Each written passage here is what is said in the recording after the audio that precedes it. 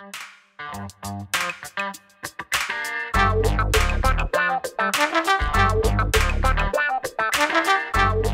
guys, Montel here, and welcome to this edition of Let's Be Blunt with Montel. My guest today is a writer, art curator, and cannabis advocate. He smokes cannabis daily to control pain and spasms due to a spinal cord injury that has rendered him partially paralyzed. He has testified before committees of the Connecticut legislature over 7 times over 14 years, urging passage of bills to legalize medical marijuana. His 6th and most recent book, Mindful Marijuana Smoking: Health Tips for the Cannabis Smoker, was published in 2022. Mark Braunstein, thank you so much for being a part of the show today. Thank you for joining me. My pleasure to be here, Montel. Absolutely, sir. Let's talk a little bit about your background, where you grew up, and what life was like before your accident. Basically normal Long Island, New York City youth, lily white neighborhood all my life. I guess I was one of those privileged white persons. And I developed an appreciation and love of art.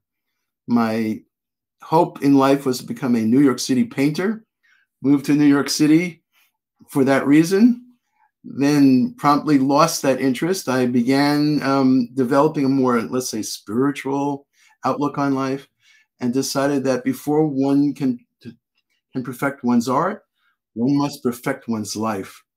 So in accordance with that, I decided to start writing, because all the paintings I had viewed in my life, and I've traveled the world, especially Europe, all the museums, never really changed my life, but books I have read have changed my life. So I decided I'm going to write a book and change people's lives. And it's exactly my first book did.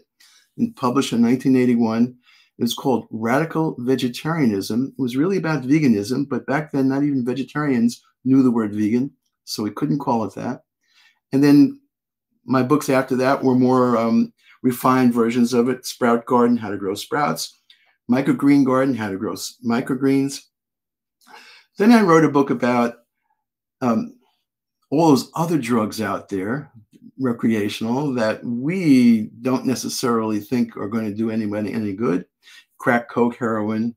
Now it's fentanyl out there, which is just at the, when that book was published, which was 2017, fentanyl was just arriving on the scene. Right? Then I wrote a book. 5th book was about death. I'm a really fun guy. And my 6th book, which was published 4 months ago, brings us right around now to Mindful Marijuana Smoking: Health Tips for Cannabis Smokers. And when was your car accident? Diving accident was 1990. I'd already moved to Connecticut. I was employed at Connecticut College as an art curator and art librarian. And I dived off a footbridge into a river, didn't land right. Wasn't any rock or anything there. It was just the surface of the water. Water can be very hard. Bullets ricochet off of it. From 60 feet, it was enough to do a little damage. I burst my T12 fracture, paralyzed below the waist, you say partially, which is say at the waist and below the knees. I walk with crutches. I use a wheelchair, in a wheelchair right now. Okay. And I've led a life otherwise very normally. And one of those reasons is because I've been able to avoid all those pharmaceutical drugs that other paraplegics resort to. Because from the very beginning, I did not use any pharmaceutical drugs. In 1990, I began using cannabis to suppress the spasms and alleviate the pain that accompany the spasms. And because of that, I feel cannabis has not only, I've been able to lead a normal life, not despite cannabis, but because of it, because it's enabled me to not have to resort to the pharmaceutical drugs. So I'm sorry, let me back up a little bit, because the first question I asked you was, what was your life like before your accident? Did you write your first book before your accident? Yes, that was 1981. Okay. Yes. The second book, 1993, was after the accident. Yes. Gotcha. So the first book, which was all about radical veganism. Exactly. You had already been down a path of health and wellness before your injury. Yes. I've been. Were you a cannabis enthusiast before your injury? I was a cannabis enthusiast from the 1960s when I was a high school student. I was the Woodstock generation. All my friends went to Woodstock. Gotcha. And the reason why I discovered the use of cannabis for the spinal cord injury is because that's exactly what I was doing when I got out of the spinal cord injury ward and was home. I began smoking just once every evening after work with my girlfriend because I deserved it, right? Went through what you'd call a life's ordeal. And then every so often I would stop, lay off of it. You know, there's a point, my reason for loving cannabis is I like the high, okay? If I didn't like the high, why would I use it? Why would I use it for my spinal cord injury? I could use the pharmaceutical drugs if I didn't like the high. Occasionally you get to a point where I don't get high anymore, so I lay off of it for a few weeks, a month. When I did that, I noticed spasms started returning. Went back to smoking once a day, spasms disappeared. Began researching the subject. This is 1990. This is before there was an internet. I had to reread it in books. Robert Randall, who was the first licensed medical marijuana patient in the country, he petitioned the government for an IND program where he was able to get marijuana for his glaucoma because he felt it was the only thing that worked for him. He then began a small press, published books on the subject, bringing to light a lot of old literature, republishing it, making it anew. And I was able to, one of his books was about spinal cord injury and spasms and muscle spasms and marijuana therapy. In that book, he reprinted the 1988 DEA hearings where several spinal cord injury and multiple sclerosis patients went to Washington, 1988, to testify before the DEA judges how marijuana is helping them and nothing else was. And that's what probably, I think that's precipitated the Bush authorization of the studies that started at University of Mississippi, correct? Yes, right. Yeah, absolutely. And, you know, a lot of people don't know that what you're talking about is pure fact. I mean, since then, you know, our government has, and since then, since that was like, that's 1989, our government has authorized, they authorized originally it was 20 individuals who received cannabis from the University of Mississippi and are receiving it from the University of Mississippi to today. 4 of them are still left alive. And so every month, for those who are tuning in and listening to this podcast, every single month for now close to the last 50 years, our government has literally been shipping out marijuana grown at the University of Mississippi to patients that are authorized to carry it anywhere they go. They can take it on airplanes, they can take it out of federal buildings, they can use it anywhere they want. It's actual official U.S. government cannabis. And this is from a government that will turn right around and claim that they know no medical efficacy, right? And the fact that our government is the one that funded the majority of the research that was going on in Israel at the time and around the world at the time, not only the University of Mississippi, you know, the lies that have been really just espoused over time over the fact that there's no valid medical evidence. Bullshit. I mean, we know that for a fact.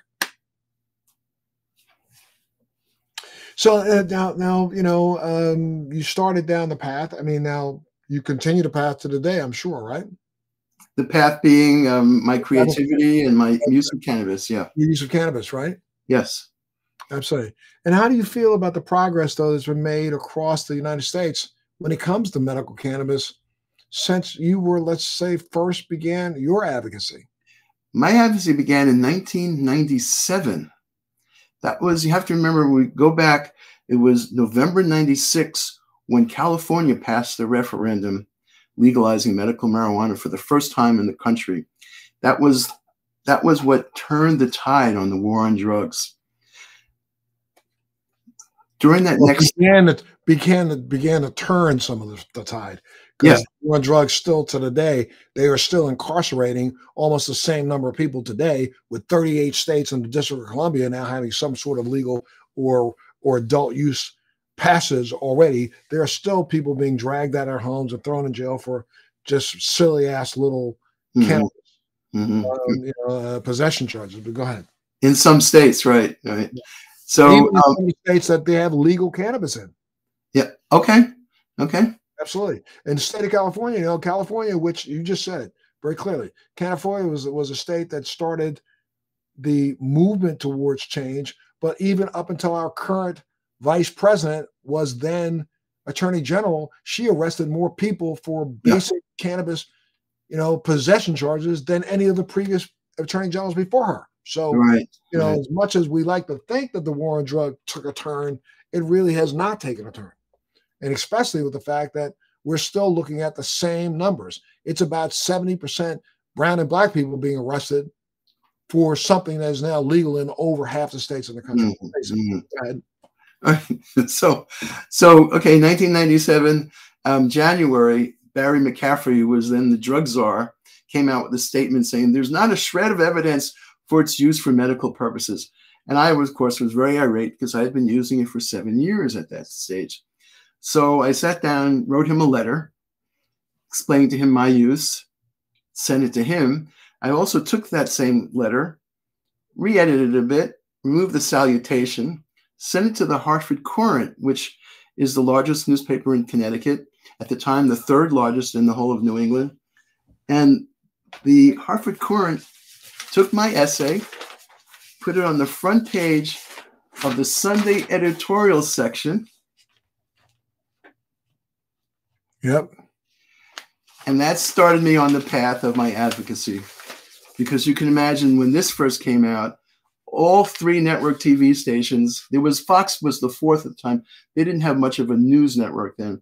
The other 3, ABC, NBC, and CBS, came to my home, interviewed me, put me on this evening news, showing them my stash, because of course this was the great controversy. People were, my friends were very apprehensive from their concerned about my well-being. Well, I might be busted by the police. I might be fired from my job. My mother was crying. You have to remember, 1997, my father wouldn't talk to me. And now, 25 years later, look where we are.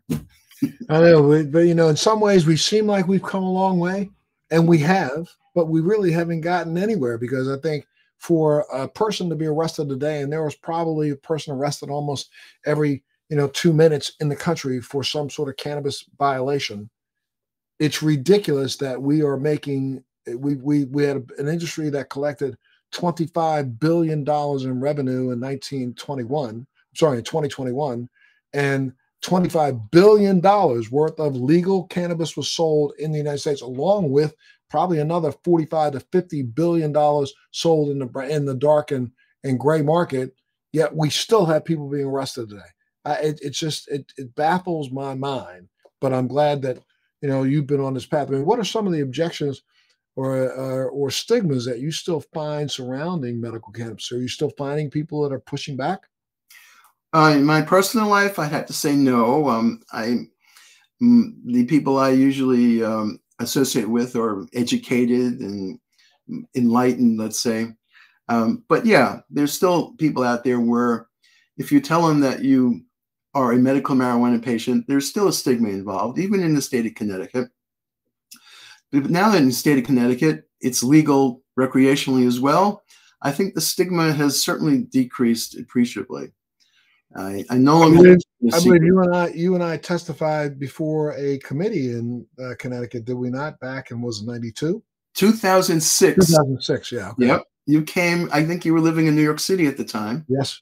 All right. And it was actually a press conference before the public hearing. And you testified, you gave your testimony to the press conference. Right after that, you left, went back to New York. I came on and gave my testimony at the press conference. Then a day or two later was the actual public testimony where I also testified in person. So. That's great. Absolutely. It's been a crazy journey. I like you started down that path of advocacy in about 2002 and really 2001 and a half. And I've never looked back. I mean, I've always tried to speak out and advocate for those who need to have efficacious access to an efficacious medication, and still fighting that struggle till today. I mean, because you would think that by now, when the fact that we know that in the last 10 years, there's been over 35,000 peer-reviewed published documents by some people in the medical community. In the last year alone, well over 3,500 brand new peer-reviewed published documents on the efficaciousness of cannabis, yet we still fight that stupid idea that, oh, it has no medical use, right? In some people's mind, yes, of course. Absolutely. Tell me a little about your book, Mindful Marijuana Smoking, Health Tips for Cannabis Smokers.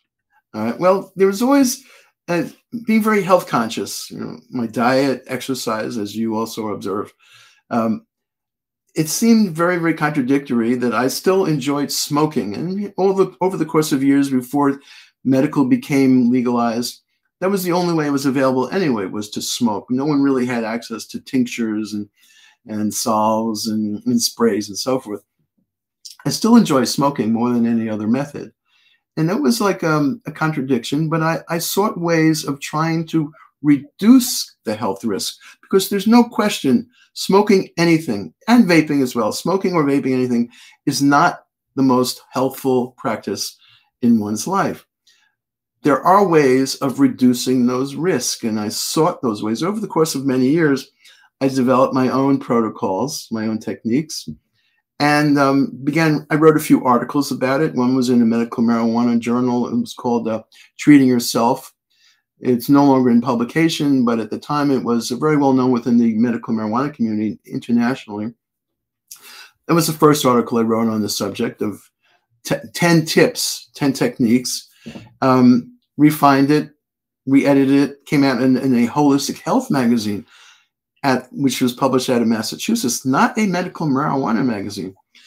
And so over the course of the years, I began compiling more notes on it, reading more studies on it, decided it was time for a book, and wrote that book, published 4 months ago. And I can give you, like, every chapter, it's 10 chapters. Every chapter is a different health tip. Give me a few of them. Let's talk about a couple. Yeah, I'll give you. Before you do that, where can people get the book? Go ahead and do a shout out. Where can they go get it? Is it on Amazon? Okay, it's available on any online bookseller. Put it right there in the middle. Yeah, that shameless plug. There you go. Any online bookseller can get it right now. All right. Yeah, it's on Amazon. Also, you can get the ebook and the audiobook on Amazon. Okay. I highly recommend the audiobook. I did not narrate it. The publisher got a narrator that, of their choice, and I certainly agreed with it. And I love his narration. So if you happen to be an audiobook fan, by all means, I recommend the audiobook. Anyway, okay. So I'll try to go through as quickly as possible, very briefly, give you 8 tips. Okay. One is how to inhale. You think that that's ridiculous, but it's actually the most important one. The second is how to ignite your cannabis, the ignition system. Okay? The third is the use of rolling papers and joints. Fourth is how to optimize and maximize the benefits, reduce the risk of pipes. Water pipes is next. Vaporizers, I'm talking about herbal vaporizers, not oil vaporizers.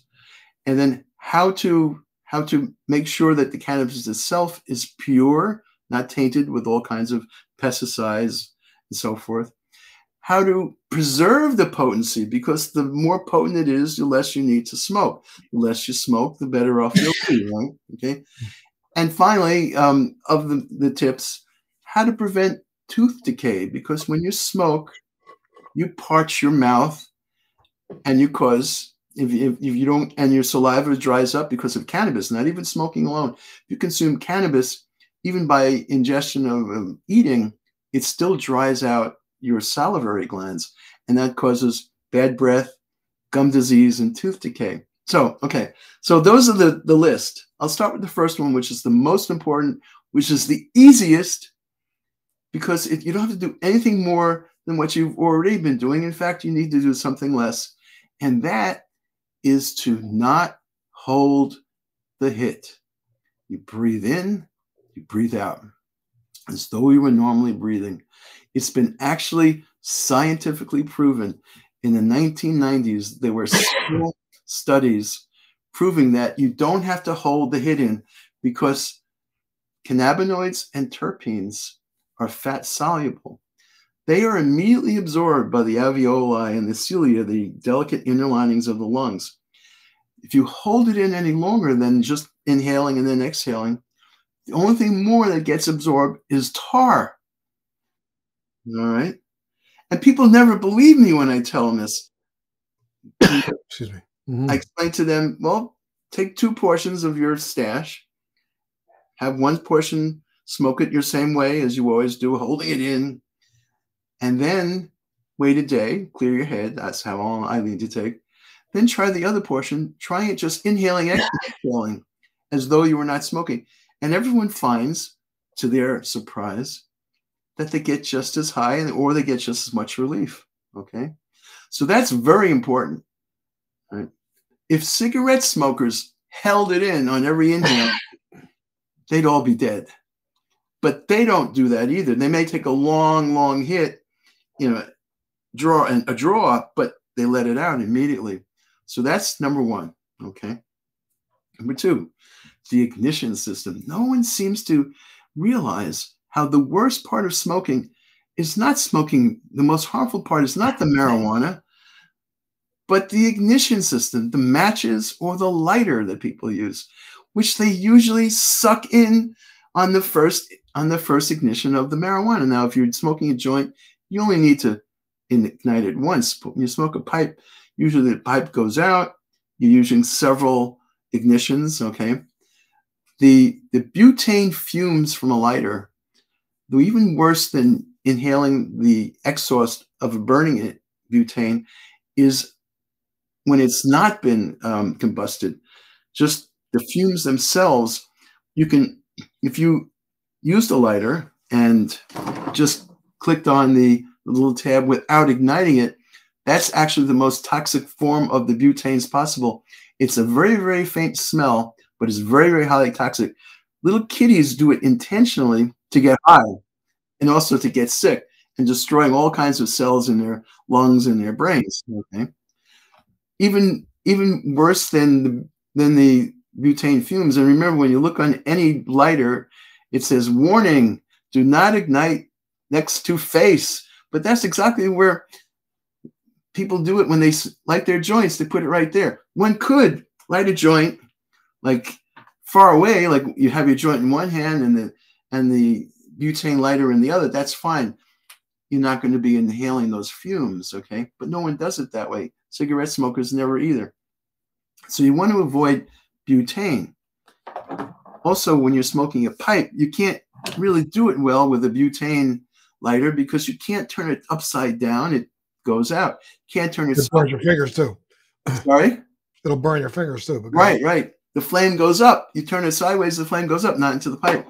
So rather than butane fumes, a piezo lighter, also called torch lighters. You can see the torch.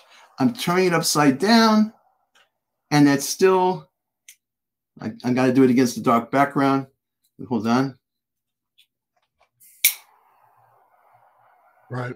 Okay, you can see that's still working. So if you're going to use a pipe, you want to use a piezo lighter, also called a torch lighter. Also good about it is there's no flint. It's so-called flint. It's actually ferrocerodium. And it causes us, when you flick that little flick of a, let's say a Bic, it causes a minute cloud, dust cloud of that flint. And you're actually inhaling it if you're putting it close to your mouth, obviously.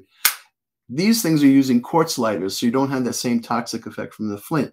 But even better, this is a fairly new invention, is Gotcha. Okay, electronic lighters, also called USB lighters, Tesla lighters, arc lighters. Okay, I'm going to go right up close to the camera. Hold on. Absolutely. Coil. You can see that? All right. It's like a star. Yep. Okay. There's no fumes from an electronic lighter. And you can use that for igniting, especially your pipe, because the pipe is going to be needing several ignitions. So very important to do that. However, these things, they're costly, $20 or $30. They don't last very long. You're left with a piece of junk because you can't really replace the battery. I developed my technique years ago. I use a candle and toothpicks, flat toothpicks, not round toothpicks. I light the candle with my, all right, with my arc lighter, Tesla lighter. And then, especially for pipes, I keep the candle far away from me, arm length. Use toothpicks, all right? Light the toothpick in the candle, light the pipe with the toothpick. And all of this is far away from me. So I'm not inhaling it, because if I'm smelling it, I'm inhaling it, right? So this is how I developed my technique of not needing to inhale fumes from the ignition system. All right, there's that. Okay, pipes. This is my favorite pipe. All right, it's segmented, long pipe. The farther away you're lighting the bowl from you, the farther away you're inhaling any fumes from the pipe, from the matches, or from the lighter. That's very important, okay? Also, the distance it goes along the stem, it's cooled. The smoke, there's two bad things about smoke. It's hot and it's dry, besides the toxic things that are carried through it. And at least this way, it's no longer hot. And when people share my pipe with me, they don't feel it, because they're used to feeling something hot in their mouth, in their throat. They don't feel that. And everyone takes in too much. I tell them, stop, you're inhaling too much. And they always end up coughing, because they take so much they don't feel it, okay? So that's a very important technique. Now you can find these easily enough in head shops, like, but these you can't clean them, like peace pipes, okay? You can't clean the inside once it's stuffed, so you have to go for a segmented one. So that's important. And short stem pipes, you're probably putting the whole thing in your mouth. You might as well forget about the stem. So it needs to be a long stem pipe. Joints, you're adding the cigarette paper, the rolling paper into it. You put it in the hand, you got a nice pack of rolling papers. Do you really want to put that into your lungs? Very important thing is rolling papers are treated, most of them are treated with potassium nitrate, which regulates the burn rate. The potassium nitrate indeed is as toxic as it sounds, the nitrate part. You can get organically grown ones, which then emit the potassium nitrate, and some, usually when they're labeled organic, they're not USDA organically grown, because USDA doesn't ordain that onto fibers, only food, okay? But usually they're hemp when it's organically grown. So that'd be one thing to do. You don't want bleached, because the chlorine bleach residue can turn to chlorine fumes when it's ignited. It's very, very, of course, yes, papers are very small, part of the joint, and the chlorine residue of the bleaching process is a very small part of the paper, but nevertheless, chlorine gas was used in the World War I trenches during, in warfare, Right. as a gas to kill people. So you don't want that on your rolling papers. You want organic rolling papers, okay? If you use a joint, by all means, you want to use a cigarette lighter. Keep it away from you, just as though it were the stem of a pipe, or use also what are called little tips, where you can buy them or you can make them yourself. What I use is did I find it here? I don't see it on my desk. It's disappeared on me. But I had straws, paper straws, and I use that to insert into the rolling paper. So it's called a crutch, okay? So it extends the tip away from you, so you don't have to burn your lips on the roach, okay? So that's why I use either a cigarette holder or rolling tips. So you're not going to have it too close to your nose to inhale that either, okay? So that would be a very important part of resorting when you're going to use rolling papers, is use organic rolling papers where possible. You can find them if you search easily enough. and to use either that little smoking tip or to use a cigarette holder. Okay. Beyond other pipes, water pipes. Everyone loves water pipes. Love the sound of the bubbles. They're also called bongs when they're large. Okay, bubblers when they're small, handheld. We think that they add moisture to the smoke. They don't. All right. They cool the smoke, but they don't add moisture to the smoke. And that's very important. It does cool the smoke, just like smoking with a long stem pipe cools the smoke. However, cannabinoids and terpenes end up getting filtered in the water. Just like if you use a water pipe and you dump the water after you use it, it stinks. And you say, wow, it's a good thing that I have that in the water and dump it down the sink. Didn't end up in my lungs. And that's tar and the ash and all the other toxic part that are getting filtered in the water takes out from the bubbles, okay? But the water also captures cannabinoids. So you end up smoking more, and we don't know scientifically the actual ratios, but you end up actually, the balance of the advantage of capturing the tar and the ash in the water is probably offset by the fact you have to smoke more of the cannabis anyway, okay?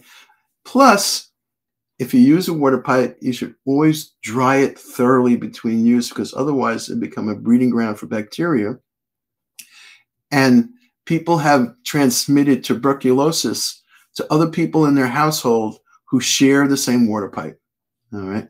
And this doesn't happen to many people of our Western countries, but the third world countries, especially when they're immigrants in our own countries, let's say the United States, Australia, and England, there have been found cases of tuberculosis when there was just family or friends sharing a water pipe, smoking cannabis with it, okay?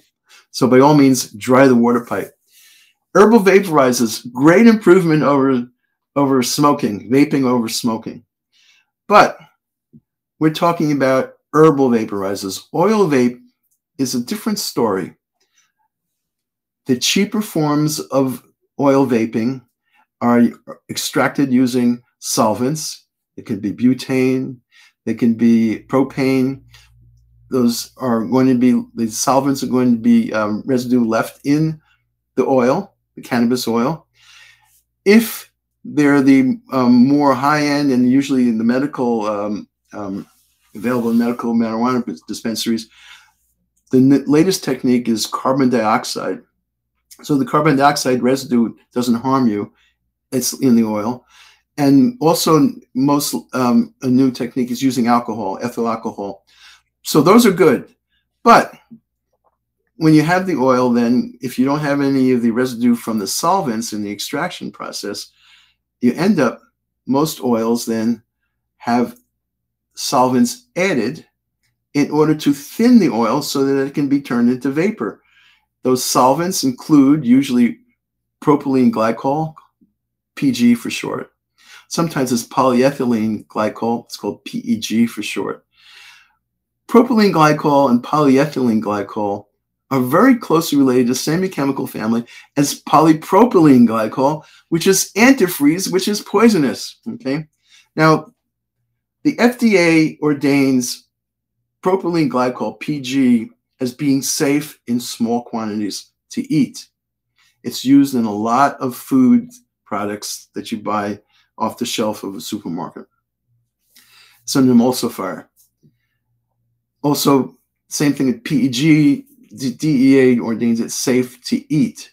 But what's safe to eat is not necessarily safe to smoke, because what is safe in your stomach is not necessarily safe in your lungs, okay?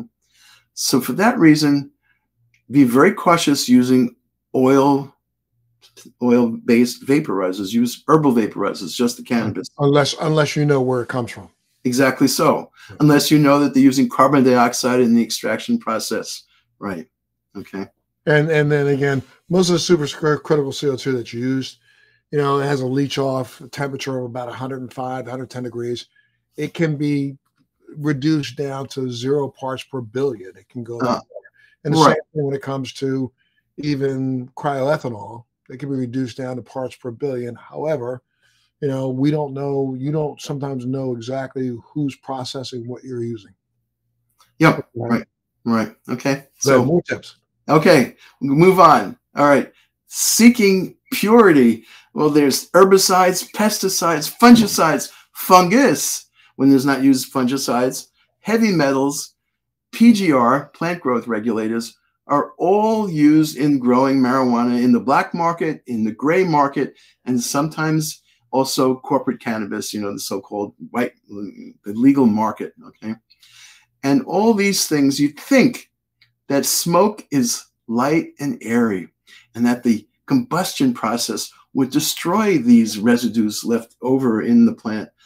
Actually, it's been found that the combustion process increases the toxicity of these and sometimes causes them to combine with other elements, other toxic pesticides or fungicides, and make a third, even more toxic substance. For instance, the most notorious is the use of myclobutanol, which is a fungicide. Whenever cannabis is grown indoors, there's always a high risk of fungus, of mold, okay? And this very commonly used fungicide is myclobutanol. Myclobutanol, combusted in the cannabis, produces hydrogen cyanide, which is what's used to execute death row inmates, one of the gases, okay? So by all means, you need to know the purity of your herb. And that's part of the reason why, at least in most states right now, especially where things are sold under state regulation, they're required to give you a COA, a certificate of analysis, where you should be able to look at and take a look and see what are those other chemicals that they are putting in your cannabis. Very short list. They don't list much on it. And for instance, in the state of Connecticut, they do list the, we're talking about the fungus, not the fungicides. They do list the units of fungus per microgram. And just as an instance, since I'm from Connecticut, I know exactly what goes on. Originally, they were limiting it to 1,000 units per microgram as legal limit, and anything more than that couldn't be sold to patients. The state of Massachusetts has its limit as 10,000. The manufacturers, the 4 growers in Connecticut, could not meet that stringent 1,000 per unit per microgram as the maximum mold limit. So they got the state of Connecticut, the regulators of the program, to lift the limit to 100,000, 10 times more than Massachusetts permits, okay? So, okay, there's all of those things.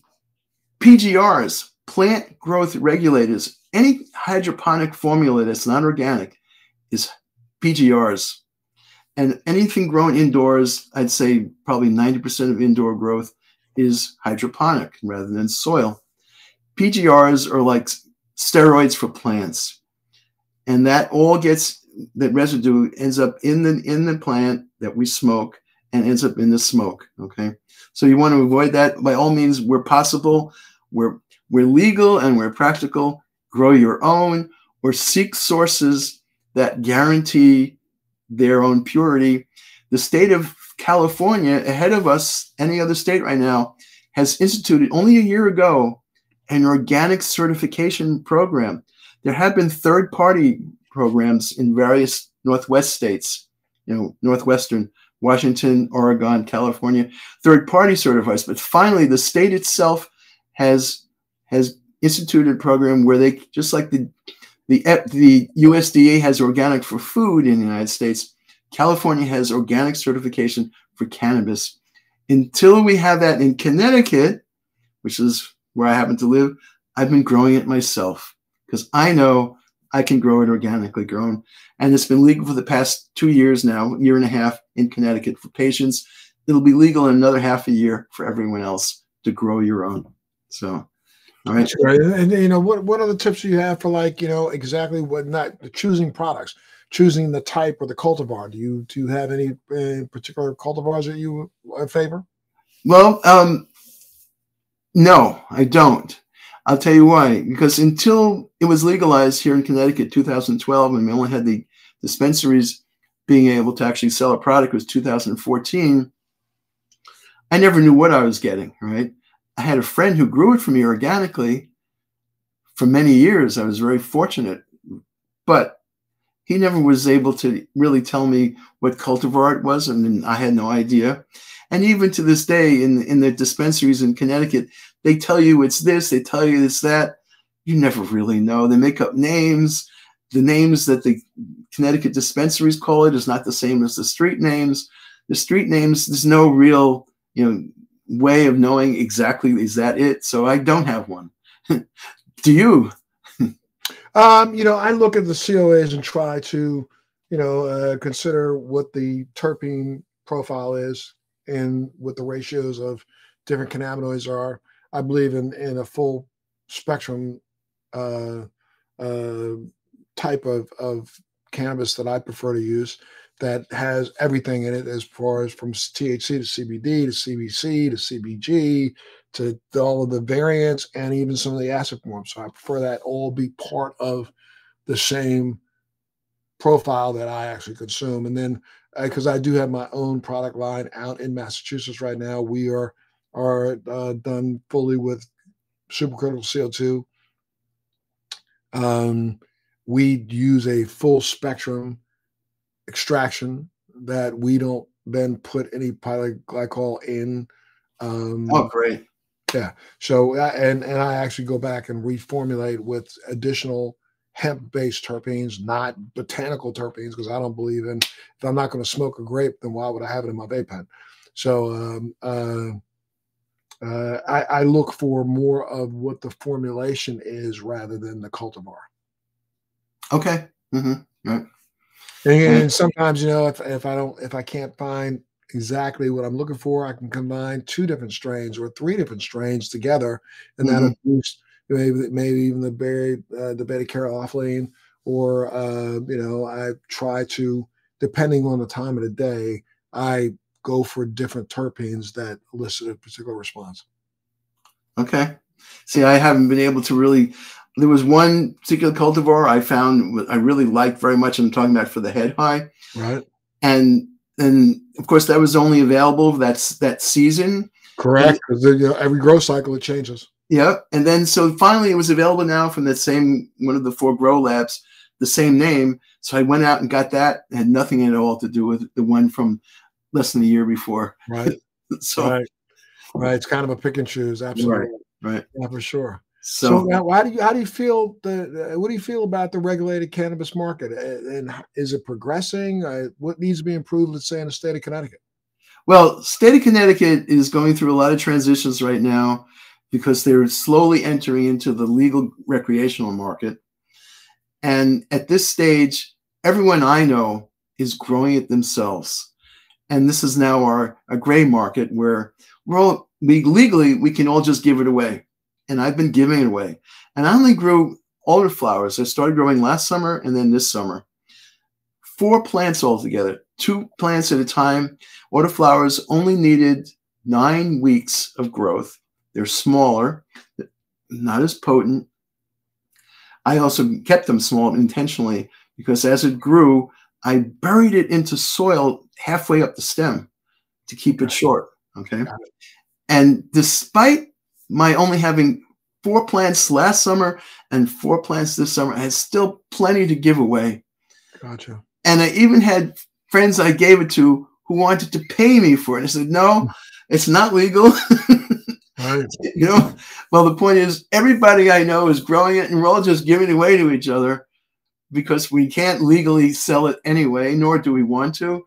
So when the legal market finally starts selling, which is not going to be for a while still because of all the regulations and the licensing, and then have to get the actual town to approve the zoning and all that.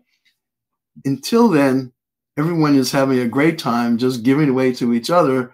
When it finally is available in the shops, I'll be the first one to go knocking on the shop's door for the recreational, just for the pleasure of it, just like I used to shop at the medicinal stores. Problem with Connecticut, and it's probably, you know, nationwide as an example. Originally, Connecticut, of the 18 dispensaries, medical marijuana dispensaries that are still operating in Connecticut now, originally 17 of them were independently owned, mom and pop type stores. The pharmacist usually was the one who owned the store. 17 of the 18 have all been bought out. Well, one of them started out being from Corleaf, which is a Massachusetts-based company, but 16 of the others, which started out independent, have all been bought out and all owned by multi-state corporations, out-of-state corporations. So we only have one left that's a mom and pop store. When recreational is here now, in another few months, maybe half a year if we're lucky, it's going to be the same thing. It's all out-of-state corporations are the ones who are going to be selling it in Connecticut. It's very, very strange that Connecticut not only seemed to allow that all to happen, but they seem to have encouraged it. You know, the DCP, you know, the Department of Consumer Protection, which oversees the medical marijuana program. The same thing is true when the 4 grow labs that Connecticut licensed, of the 4, originally 3 were Connecticut-based. Only one was out of state, which was Corleaf, Massachusetts. The other 3 have all been bought out by also multi-state, you know, out-of-state corporations. So it's now called corporate cannabis, right? Big cannabis. And I personally, most of my food I eat is locally grown and or organically grown. And so I'm going to stick the same way with cannabis. I'm going to still go with my local and organically grown cannabis, even when it's available in the marketplace for recreational use. Don't you think that maybe the state ought to incorporate more locally grown facilities and local ownership? When recreational shops open, they will be expanding the sources, yes. But even then, there's supposed to have been the social equity program. This has been, you know, a problem nationwide, where it's supposed to be where people who were victims of the war on drugs would be able to have priority in getting licenses to sell it, to grow it, to deliver it. And even then, that's proved a big failure, because in order to have enough money to start a store, a retail outlet, you had to partner with some other corporation. And then the licenses that Connecticut had to apply for a license, it was $500 just for the application fee. But Connecticut didn't set any limit for how many times an individual or a company could apply. So each individual, okay, they invested $500 in one application. That's what they could afford. A corporation could invest in dozens, if not 100 applications to guarantee that they'll get one of the permits. Right. So right now, it's a big mess. It's in turmoil. And it's probably going to end up the way New York City right now is going, where there's a huge gray market. And when the legal shops open, the licensed ones, they're not going to have much of a market left. Right. So, yeah, I think we're going to be a while in sorting this out before anything happens, because again, you know, even the regulations that we have right now, where, you know, you can't cross state lines with cannabis, and that's going to have to change eventually if we want to be able to make sure we get quality product and not just people who stepped into the game to make money off of those who are looking for quality product. Mm-hmm. Yep. I always seek quality over quantity in that case. Absolutely.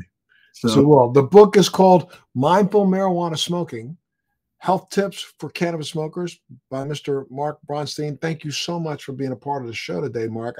I'd say I'm glad. Are you doing well? You feeling well? I feel great. Thank you. That's good. That's super. And I hope you stay that way. You always have a home here whenever you want to chat. And, you know, we'll keep plugging your book, plugging away at it. And I want you to make sure you reach out and get it. Give them an idea one more time where they can go to get it. You can get it on Amazon and anywhere, any other. Any online bookseller will sell that book. Yes. Okay, for The sure. only reason for Amazon is because they also sell the ebook and the audiobook, and I highly recommend the audiobook. There you go. That's coming right from the author himself. So maybe you ought to go pick up a copy of it. I go say thank you again, sir, for being a part of the show today. Let's Be Blunt with Montel. Make sure you tune in to the next Let's Be Blunt with Montel. Thanks for joining me on Let's Be Blunt with Montel. Please make sure you're subscribed and hit the bell to be notified when new episodes post each week. We'd love to hear your feedback also, so please send us your comments.